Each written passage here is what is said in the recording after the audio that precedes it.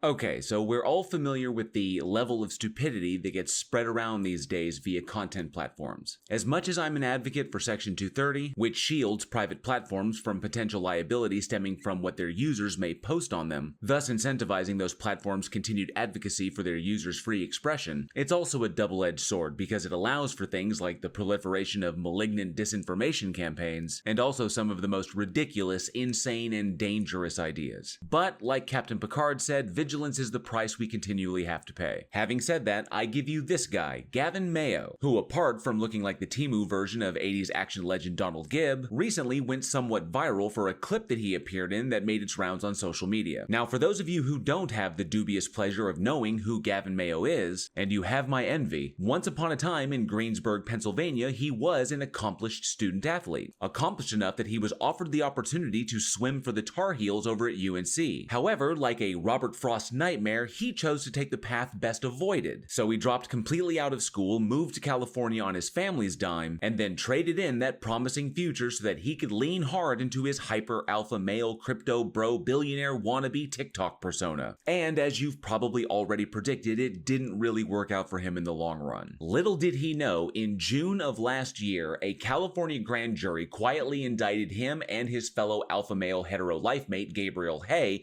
on multiple wire fraud charges, a charge of conspiracy to commit wire fraud, and a single count of stalking. You know, just to round out the criminal resume there. All in relation to a rug pull scam that these two jokers pulled on investors to the tune of $22 million. Currently, while the two crypto bros await trial, they are out and about on a $200,000 appearance bond. And if you really want to read just how these guys are, I put the link to the indictment down in the description. Now, the following clips that we're about to take a look at came from an episode of the Digital Social Hour hosted by Sean Kelly. If you haven't heard of it, don't sweat it, I hadn't either, but the entire enterprise is pretty much in the vein of Joe Rogan's show, where Sean brings on pretty much anyone and everyone to talk about anything and everything. And while there are some serious topics discussed with experts in the field that are relevant to people's everyday lives, there's also a lot of talk about crystals, chakras, Akashic records, homeopathy, spirituality, gym bro trends, and conspiracies. But despite all that, the vast majority of the episodes are pretty much a collection of various greasy, over-tanned, slick-haired crypto bros telling you how you can get rich fast with this one weird trick. Now, on this particular episode in question, which was filmed just a few short months before he was hand-delivered a shiny pair of silver bracelets courtesy of the state of California, Gavin takes the time to expound on a number of topics that range from the fairly mundane to the truly batshit. And I'll let him take it from here. As a logical person, it would be stupid to not believe in God. The only logical thing would be to believe in it and follow his teachings, because you have everything to lose by not believing it, but everything to gain by believing in it. Like I said, we're kicking things off in pretty mundane territory. Specifically, Gavin's citation of Pascal's wager, which is a philosophical argument formulated by mathematician and devout Catholic Blaise Pascal sometime before his death in 1662. So let's just say God doesn't exist and you did all of his teachings and there's nothing to lose. But let's say God does exist and you don't do his teachings and you have everything to lose, so you might as well just follow his teachings. Yep, that's pretty much a breakdown of the wager, and it does make sense from a logical perspective, if one happens to be arguing from the same position that Pascal was arguing from, the position of someone who has already been convinced that one particular God in fact exists. The problem is, the wager itself does not provide a rational justification for the belief in the existence of a god or gods, because it doesn't actually demonstrate that any such entities exist. It argues from the position that one very specifically defined god has already been established as existing, which of course means Pascal's wager is not only special pleading for his god, but it also assumes the truth of the very thing that it's trying to prove, which is begging the question. See, I disagree on that, obviously, because as you would say, as everyone loves to quote on Twitter, against God's teachings. So, I'm not saying you have to go to church and like dress up in a Pope outfit, but if you're just a good person and don't ever commit a moral sin, then probably will go to heaven if there's a heaven, and that's all you need to do in life. Whether he knows it or not, Gavin was almost there. He half-cited one of my favorite philosophers, Marcus Aurelius, who, to paraphrase from Meditations, spoke of living a good life and leaving the matters of the gods to the gods. If they exist and they're just, then they'll judge you by the life you lived. If they exist and they are unjust, then you wouldn't have wanted to worship them anyway. And if they don't exist, then your loved ones will remember you for the life that you lived. As far as introductory philosophies go, you could do a lot worse. People get too much into this whole religion thing, especially these Palestinian, Israel, Catholic. It's just all they're just all so annoying. And fortunately, that's where the clip ends before Gavin can disparage the plight of the Palestinians any any further, and I honestly have no idea why he brought up the Catholic Church. They made their own bed when they actively sought to bury decades of CSA committed by the members of their clergy. Let's see what else Gavin has to say. Humans used to live to 900 plus years old. That's a hot take. Yeah, Gavin thinks humans used to live to 900 years or older, and you can tell from the looks on Sean's and co-guest Harry Davies' faces that they really want to hear where this is going. No, they talk about in the Bible, Noah lived to be 900 plus years old, and they say life expectancy is going up, but it's actually going down. I think it best if we skip right past the bullshit Bronze Age myth and jump right to the positive claim. Gavin claims that despite the official reporting that human life expectancy is going up, it's actually mimicking his own life and going down.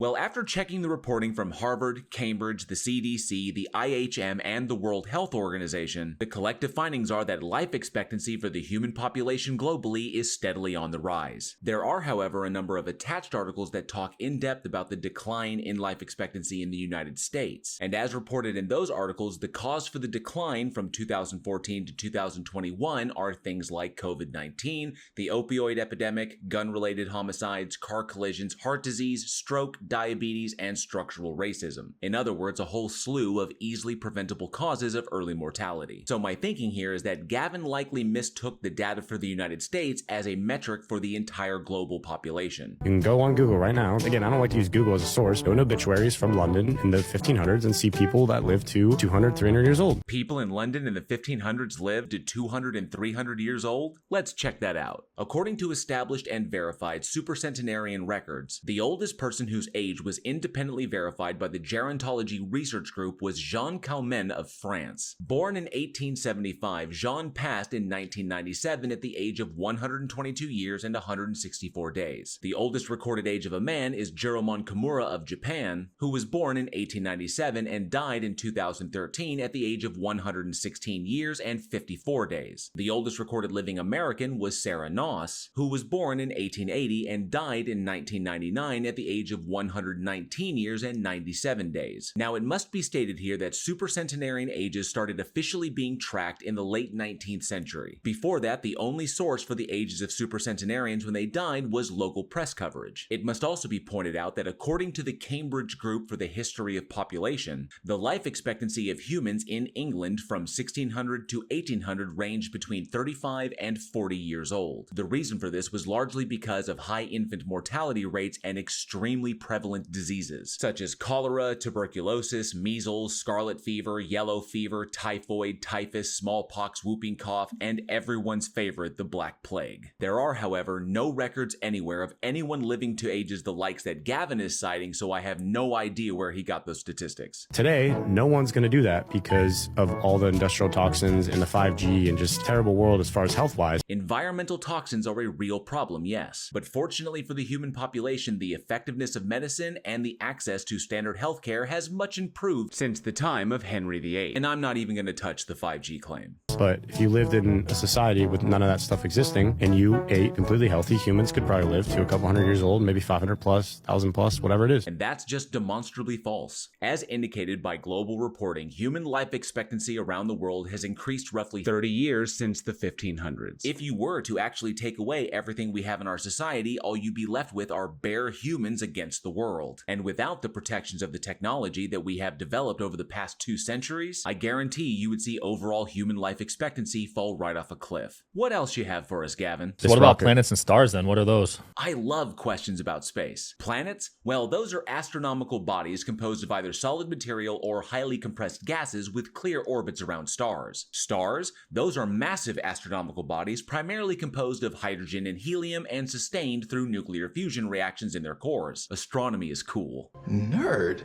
Well, they exist, but they're not how you think. Hey, I warned you. Have you ever, let's just say Saturn. You seen a picture of Saturn? Yes, as a matter of fact, I have. One of my fondest memories from childhood was with my dad when I was about 6 or 7 years old. He set up our telescope in the front yard of our house in order to take advantage of an amazingly clear line of sight to the planet Saturn. And while I don't have a picture of exactly what I saw in the telescope back in the mid-80s, this image here is pretty much the best representation I could find of what I saw.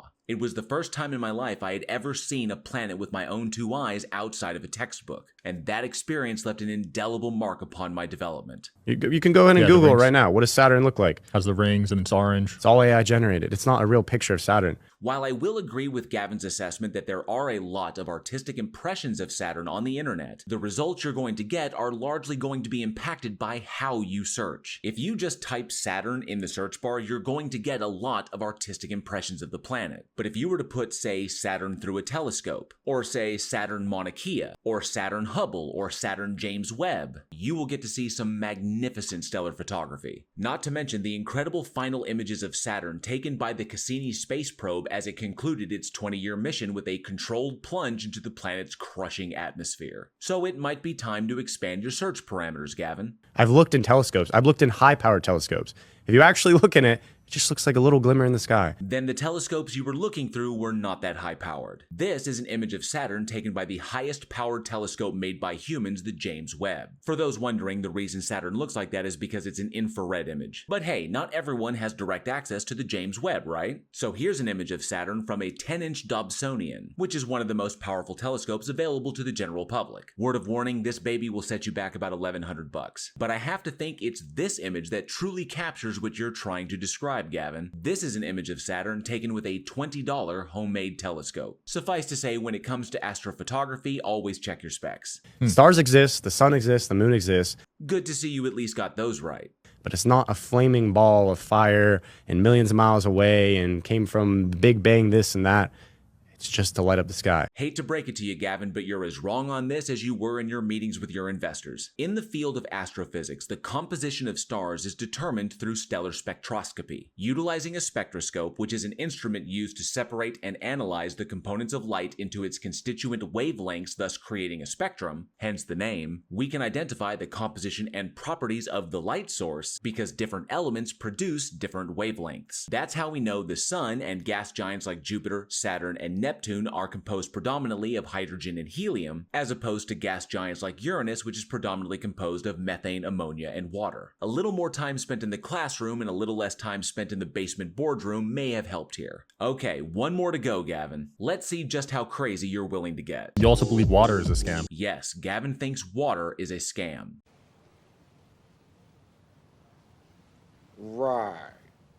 So it's dissolving your body. The fact that people say it's hydrating your cells is crap. It's not a carbohydrate, it's not a fat, it's not a protein, literally a solvent. You put any type of material in water, it dissolves it. That's what it's doing to your body. Same thing with water weight, and you're drinking all this water and bloating. There's actually no benefit to it. So obviously there is quite a bit to unpack here, so I'll try to get through it as quickly as I can. The first claim, water is dissolving your body, is demonstrably false. Given that human body weight is on average 60% water, I think this claim can be chalked up to Gavin either being stellarly ignorant or just a straight up troll. The second claim, water hydrating your cells is crap, is also demonstrably false. The cells of your body rely on water molecules to facilitate vital functions such as temperature regulation, nutrient transport, waste removal, and cellular respiration. Cellular respiration arguably being the most important process because adequate respiration is necessary for the production of adenosine triphosphate, or ATP, the primary energy source needed for the cell to stay alive. Specifically, cellular respiration is directly facilitated by the water molecule's role in the electron transport chain, which is a series of protein complexes located in the inner mitochondrial membrane that transfer electrons from carriers to acceptors, usually oxygen, and pump protons across the membrane, thus creating a proton gradient and driving the synthesis of ATP via chemiosmosis. Now, I know that was a lot of information really fast, so in short, without adequate water, your cells will be unable to sufficiently produce ATP and remove waste, and as such they will begin to die en masse, resulting in systemic organ failure and biological death in 3 to 5 days depending upon environmental conditions. Claims 3, 4, and 5 here, water is not a carbohydrate, fat, or protein, are true. At least he knows that much. The sixth claim, water is a solvent, is also true. Water is often colloquially referred to as the universal solvent because of its ability to dissolve a wide range of substances due to its polarity. Water molecules have a slightly positive end, the hydrogen, and a slightly slightly negative end, the oxygen. This polarity allows the molecules to be attracted to and surround other polar molecules and ions. The only things water doesn't dissolve very well are non-polar substances like oils and fats due to their hydrophobic nature. It's also this polarity that makes water vital for nutrient transport. The 7th claim was just a repeat of the 1st claim, and we've already debunked that. The 8th claim, water causes bloating, is somewhat false, because Gavin is leaving out some really important information. Water retention or bloating is not directly caused by water. There are a variety of other factors like high sodium or carbohydrate intake, and medical conditions like potassium and magnesium deficiencies, and even pregnancy that can trigger the body's water retention response. So it's not the water itself that's causing this, it's what's going on in all the rest of the body that determines how your body handles the water you take in. Yes, science! If you want to hydrate, you have fats. While fat cells do contain some water, dietary fats do not directly hydrate the body. When fat is metabolized, a process called lipolysis, water is produced as a byproduct. But being only a secondary source, and given the amount of energy spent in the metabolic process and the amount of water that is lost through daily biological functions, fats are simply not a sufficient source for cellular hydration. Put simply, if you tried to rely on fats alone for hydration, you would die. You have juices. While juices can be a source of hydration, water is still better. This is because water is just water, while juices have a ratio of water to many other elements, such as vitamins, minerals, carbohydrates, and sugars, depending on the source of the juice. You have something that your cells can actually utilize. Yeah, and water is necessary for the process that allows your cells to utilize all those nutrients. And this is probably the craziest thing ever. I've been saying this for 3 years, everyone on the internet. Like, most of the clips are me just pissing people off. Probably because what you're advocating for here, Gavin, has enormous potential to lead to great bodily harm and even death. It's kind of like those social media idiots back in the early 2000s who were advocating for breatharianism, which is a pseudoscientific belief that humans don't need to eat or drink and can survive on the life energy of the universe alone, or what they call prana. And it was pushed hard on social media until the practice resulted in a number of deaths. But if you actually look behind it and you think logically about it, water does not hydrate you, it dehydrates you. And that last claim is just pure nonsense. Water does not dehydrate you. That's just profoundly stupid. But then again, what more could we possibly expect from a 23-year-old college dropout TikTok head who is currently facing decades in prison for scamming people? And that's going to conclude this look at the batshittery of crypto bro Gavin Mayo. The final takeaway being that just because a person is popular on whatever platform for how they present themselves on that platform, ultimately they're still just people, and their claim should be investigated as rigorously as anyone else's. Doing so is the best way that we as a society of empathetic agents can limit the amount of harm these individuals can do. Because even though we can't always determine if they intended to do harm,